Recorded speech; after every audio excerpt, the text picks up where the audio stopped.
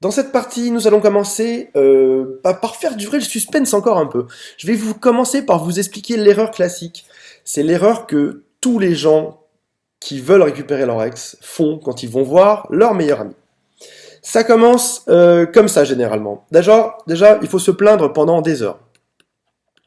Se plaindre pendant des heures. Raconter beaucoup de détails. Par exemple, elle m'a quitté parce que si, parce que ça, elle m'a dit ça, tu te rends compte, et c'est pas croyable. Et tout ça en cherchant de l'approbation derrière. Jusqu'à ce qu'on entende de oui, en effet, t'as raison.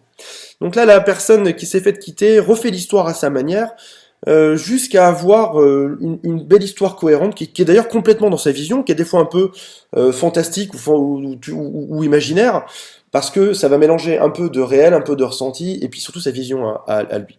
Et à chaque fois qu'on va demander à Alex sa vision de l'histoire, en général, on a une histoire qui est complètement différente, même s'il y a quelques points communs. Donc on commence par se plaindre, ça peut être sur Skype, ça peut être par téléphone, ça peut être dans des vraies soirées. On raconte beaucoup de détails, on fait acquiescer tout le monde. Donc on attend l'approbation de tout le monde. Et à un moment donné, on se rend compte qu'il y a un silence. Parce qu'en fait, les gens en face n'en peuvent plus, mais ils savent pas comment vous couper.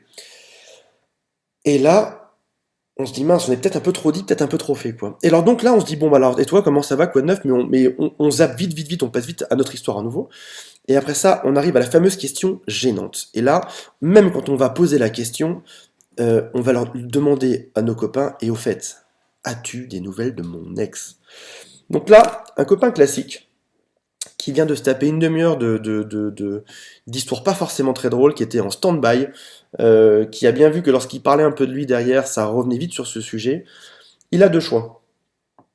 Soit il se dit, je vais être honnête et je vais lui dire tout ce que je sais sur son ex, et ça va pas lui faire plaisir, et je pense que ça va ruiner cette soirée qui est déjà un peu ruinée, et je pense que ça va pas lui faire plaisir, et je pense que c'est pas mon rôle, mais je vais quand même lui dire. Alors cette possibilité de l'honnêteté, elle arrive à peu près dans 0% des cas.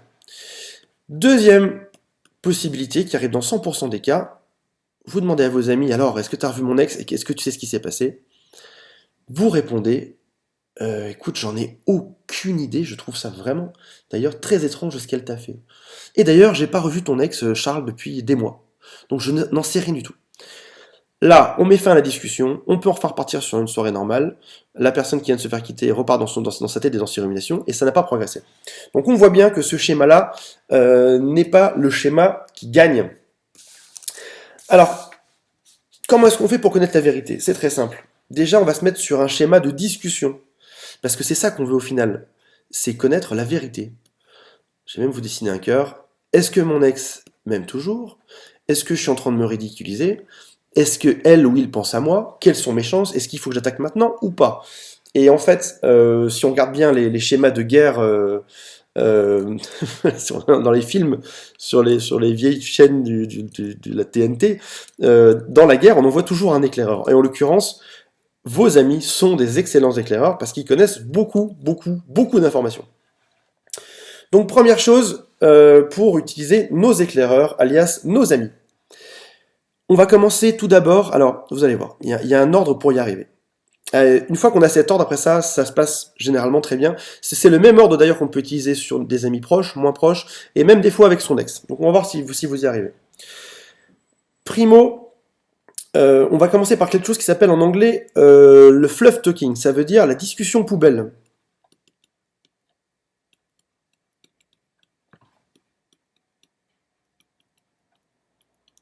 Alors personnellement, c'est un art que j'ai dû apprendre parce que j'étais pas câblé comme ça moi à la base.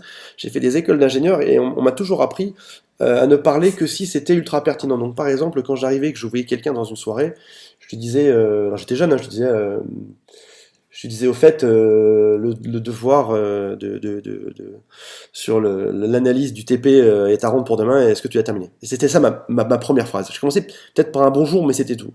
Et le mec en face me répondait par oui ou par non, mais je voyais bien que je l'avais pas trop intéressé. Et j'ai découvert après ça que je me trompais complètement. Il y a un livre qui est génial qui s'appelle Se faire des amis en 3 minutes, qui parle exactement de ça.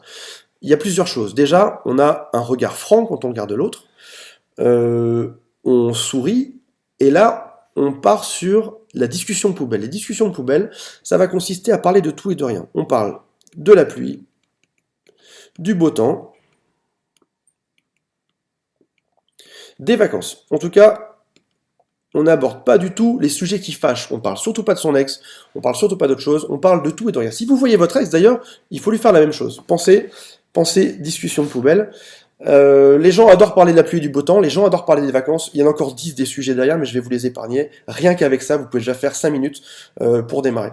Si jamais vous voyez pas ce que c'est, prenez comme image une télé. Une télé, lorsqu'elle est en pause et que vous faites allumer, elle s'allume en quelques secondes. Versus, si jamais vous la débranchez et que vous la rebranchez avec la prise électrique, ça va prendre 30 secondes de plus. Et bien la discussion poubelle, c'est exactement ça. C'est le temps qu'il faut aux humains pour se reconnecter ensemble et pour se mettre dans le même rythme de parole. En fait, si on veut être plus efficace en communication, il faut forcément démarrer par une discussion qui parlera de tout et de rien. Bref, c'était peut-être clair pour certains d'entre vous. Pour moi, ça a été une révélation, aussi bête que ça puisse être, et ça a changé ma vie derrière. Après ça, deuxième point, c'est qu'on va pas aller attaquer sur le récit de ci, de ça, de ce qu'elle a dit, de ce qu'elle a fait. Finalement, on s'en fout assez. Enfin, chez vous, c'est quelque chose d'important, mais en même temps, une fois que vous avez écrit l'histoire dans votre tête, une fois que vous la connaissez, la répéter en boucle ne servira à rien. À part essayer de vous auto-persuader que vous avez raison, et on s'en fout, ou essayer d'auto-persuader vos amis que vous avez raison, et ils s'en foutent. Et la meilleure chose qui pourrait arriver, ce serait que vous arriviez à persuader vos amis, et que vos amis aient persuadé votre ex, mais a priori, il y a rarement eu, contrairement à tout ce qu'on peut penser, il y a assez rarement des amis qui viennent sauver des couples, parce que les amis, ils se font messager, ils viennent voir l'ex, ils essayent pendant 3 secondes, et puis derrière, ça marche pas derrière. Donc, je vous propose autre chose. Deuxième acte de la discussion, on dédramatise. Dédramatiser, c'est par exemple, voilà, de toute manière, oui, elle m'a quitté, mais non, ça va, écoute, je le vis très bien, en plus, je me fais draguer, ou j'ai trouvé une autre femme récemment, je me retrouve séducteur, j'en profite pour prendre du temps pour moi, je m'occupe de moi, écoute, ok, et il faut pas hésiter aussi à être vrai, c'est-à-dire dire, voilà, j'ai eu quelques moments difficiles, bien sûr, j'ai mal dormi la première semaine, mais là, écoute, ça se passe très bien. Donc vraiment, je suis ravi. Puis après ça, on verra, tu sais, il faut pas s'inquiéter dans la vie. Donc là, le message que vous envoyez à votre ami, il est très fort. D'ailleurs, au passage, c'est le même message que vous devriez envoyer à votre ex. Il explique que, ok, vous êtes humain, vous avez souffert d'une rupture amoureuse, mais qu'à côté de ça, vous arrivez à reprendre le dessus, et finalement, c'était pas si grave que ça. Et là, vous reprenez de la valeur. Vous n'êtes plus la personne qui est à terre, qui est en train de subir des choses et qui s'en sort pas. Vous êtes une personne qui a réussi à s'en remettre et qui relativise le tout. Alors peut-être que vos amis proches n'y croiront pas, ou vous diront, écoute, t'inquiète pas, tu peux me le dire, etc. Mais si vous êtes assez convaincant, vous pouvez vraiment dédramatiser ça. Et là, vous passez du statut de victime au statut du mec ou de la femme qui gère son truc à fond. Et il sera beaucoup plus facile pour eux de se livrer à vous si c'est dédramatisé, si c'est l'histoire ancienne, que si c'est quelque chose qui est très fragile et très sensible chez vous. Et je m'explique. En dédramatisant, vous passez non plus du côté, vous n'êtes non plus leur ex, leur copain qui s'est fait plaquer, mais vous redevenez un copain, un ami à qui on peut se confier, à qui on peut raconter des choses. Ce qui change vraiment tout dans cette discussion. Après ça, caractéristique qui est un peu liée d'ailleurs avec celle d'avant, c'est qu'il faut sourire. On sourit jamais assez. La première preuve qu'on s'est remis d'une rupture amoureuse, c'est qu'on sourit, c'est qu'on fait des blagues, c'est qu'on n'en parle même pas en permanence en fait. Donc on voit bien, on parle discussion poubelle pendant 5 minutes de ça, on dédramatise avec une phrase, derrière on sourit, on fait des petites blagues, et toi comment ça va, et blablabla, et patati et patata. Après ça, alors on va voir quelque chose qui est très très très puissant aussi, qui s'appelle l'inconsistance. Alors ça c'est beaucoup utilisé par tout ce qui est voyant, magicien, vendeur de rêves, etc. L'inconsistance, c'est qu'en fait, l'être humain accepte assez facilement qu'on lui dise tout et son contraire. Alors, je vous mets en garde, je ne vous recommande jamais d'être dans des techniques de manipulation. Même si certaines s'en approchent un peu. Là pour le coup, on est vraiment sur la limite fine qui fait qu'on pourrait passer d'un côté ou de l'autre. Mon seul objectif dans cette formation, c'est que vos amis se sentent mieux par rapport à votre rupture amoureuse et n'hésitent pas à vous donner des conseils. C'est juste ça. Je ne fais pas une formation pour vous apprendre à manipuler tout votre entourage. Donc voilà, maintenant que c'est dit, que vous avez le warning, vous en faites ce que vous voulez, mais sachez que mon seul objectif était que vous décomplexiez vos amis de vous en parler et que ça vous aide, et vous et vos amis, à aller de l'avant dans un sens ou dans l'autre. Bref, maintenant que j'ai envoyé mon warning, on peut y aller. Une fois qu'on a fait tout ça, on va jouer sur de l'inconsistance. Alors, l'inconsistance, ça... Bon, on va essayer d'écrire un peu plus. L'inconsistance permet de dire tout et son contraire. Là, par exemple, si jamais vous allez voir un voyant, un mage, un marabout, etc., le marabout va vous dire, voilà, j'ai une vision pour vous. Vous allez rencontrer un homme, une femme, une personne qui sera très intéressante pour vous dans votre carrière pro ou dans votre carrière personnelle. Et je vois ça dans les quelques semaines ou dans les quelques mois à venir, ou peut-être même à la fin de l'année. Et là, honnêtement, qui qu'on soit, ça va forcément arriver. Parce qu'il a dit tellement de choses différentes qu'on peut être sûr que l'une de ces choses va arriver. Et l'esprit humain, et ça a été prouvé, l'esprit humain ne retient que les choses qui sont vraies. Donc par exemple, quand je vous ai dit cette phrase, vous avez peut-être pensé dans votre tête à quelque chose, à une amitié qui est en train de se créer, qui est en train de se former, à une relation quelque part qui va arriver, que ce soit dans votre travail, c'est peut-être un homme qui a votre âge, ou peut-être une femme qui est un peu plus jeune ou un peu plus âgée. Vous voyez, je dis tellement de choses que forcément ça vous rappelle quelqu'un ou quelque chose, et c'est forcément bon. Et à la fin des spectacles, parce qu'il y a des psychologues qui ont étudié ça, lorsqu'ils demandaient aux gens alors qu'est-ce que vous en avez retenu, les gens en avaient tous retenu des choses différentes. Les gens ont pioché les phrases qui les intéressaient là-dedans et les ont gardées pour eux.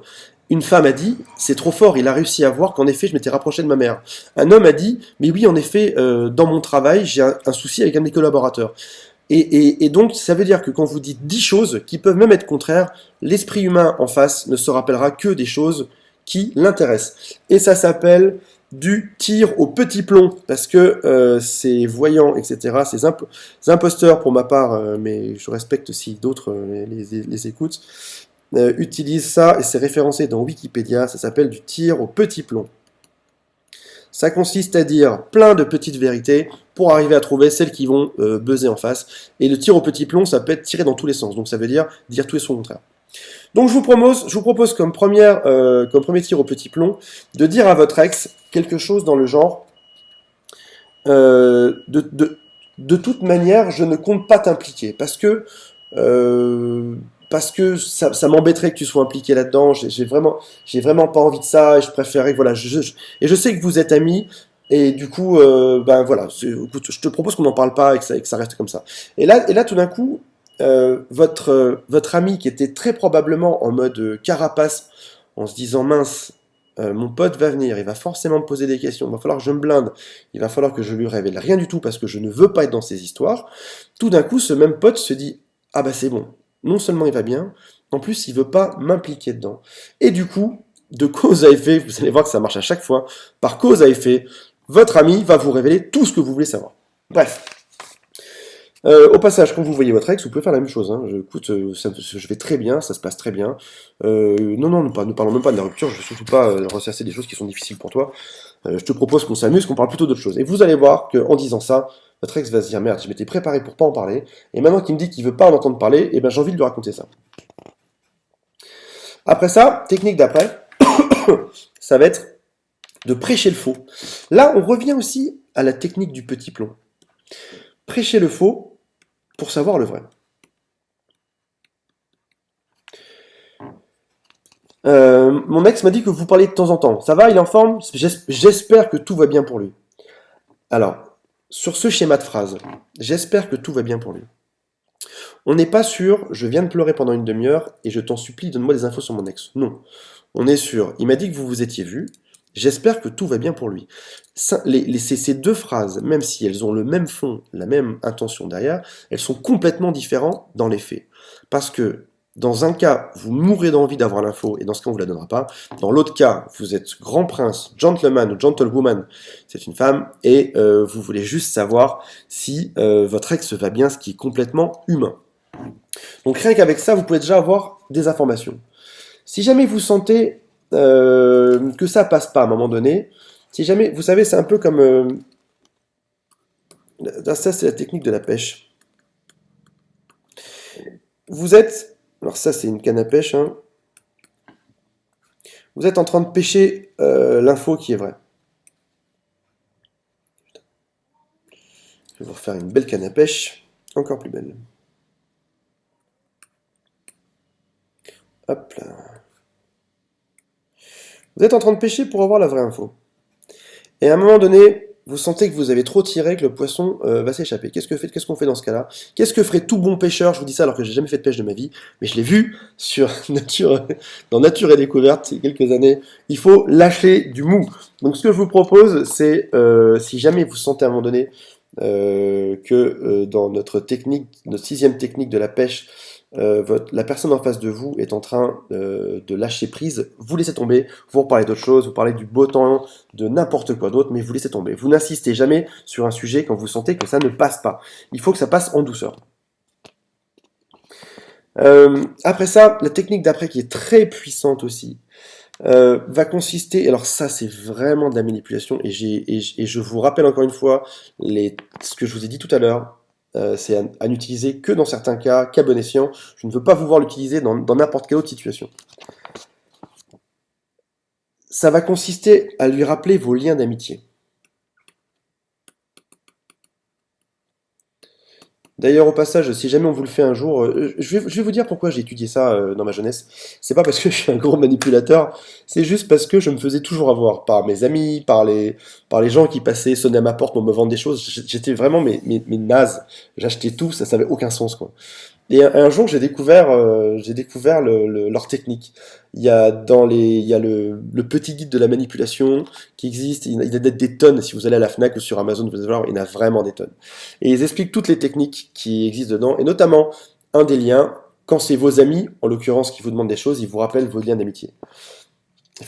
Typiquement, la phrase, ça pourrait être par exemple, écoute, on est amis depuis combien de temps maintenant? Et là, votre ami vous répond, ça fait 3 ans. Et là, vous lui dites, écoute, j'ai besoin d'un vrai conseil de pote. Et là, votre ami doit s'attendre à ce que vous lui posiez une question, la fameuse question. Est-ce que j'ai une chance de me mettre avec elle, etc., etc. Mais vous n'allez pas faire ça. Vous allez enchaîner par, j'ai besoin de progresser. Qu'est-ce que tu trouves qui va pas chez moi? J'ai besoin d'aller de l'avant. Cite-moi. Alors, je vous refais le truc avant de le finir. Alors, vos liens d'amitié, ça consiste à ça. Besoin d'un vrai conseil de pote. On est amis depuis combien de temps?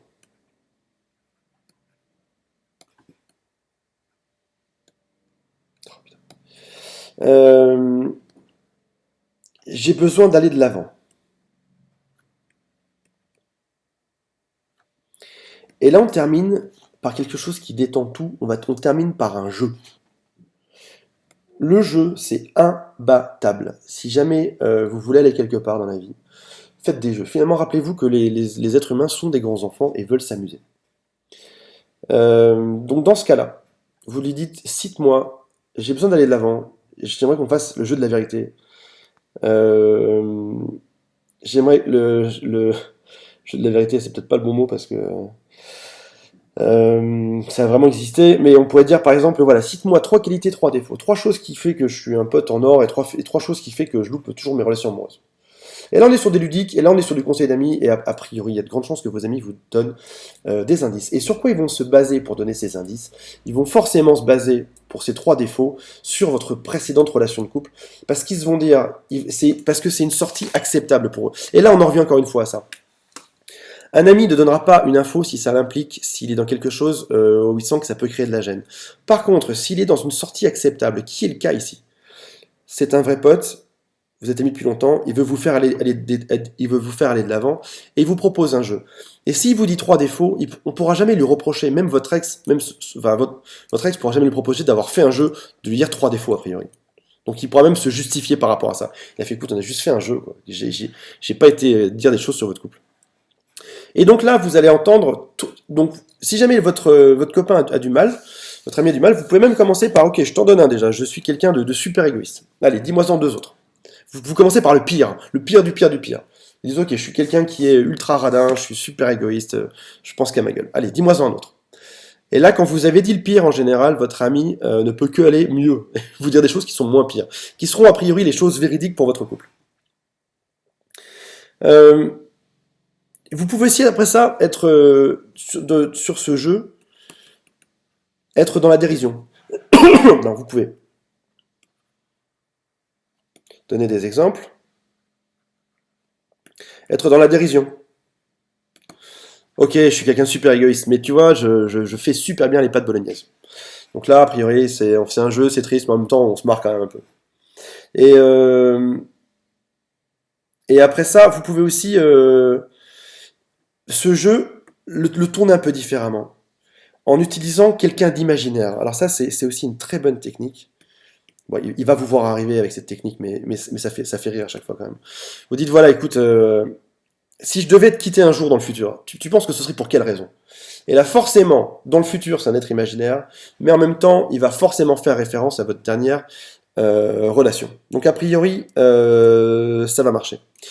Si c'est un peu flou, parce qu'il y a quand même 8 conseils à suivre pour avoir la vérité de quelqu'un, je vous passe la partie analyse du verbal, du non-verbal dessus. Lorsque vous faites ça, vous allez forcément voir votre ex euh, euh, se comporter différemment.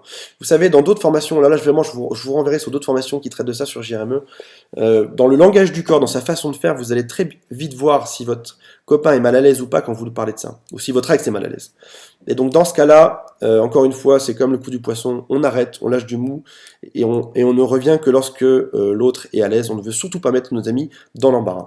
Je vous passe la formation sur le non-verbal qui est assez longue aussi. On va se concentrer aujourd'hui sur la partie dialogue. Je vous propose deux, trois autres vidéos dans lesquelles je vais vous donner quelques avertissements sur le comportement qu'ont les gens dans ce genre de comportement et comment faire pour les éviter.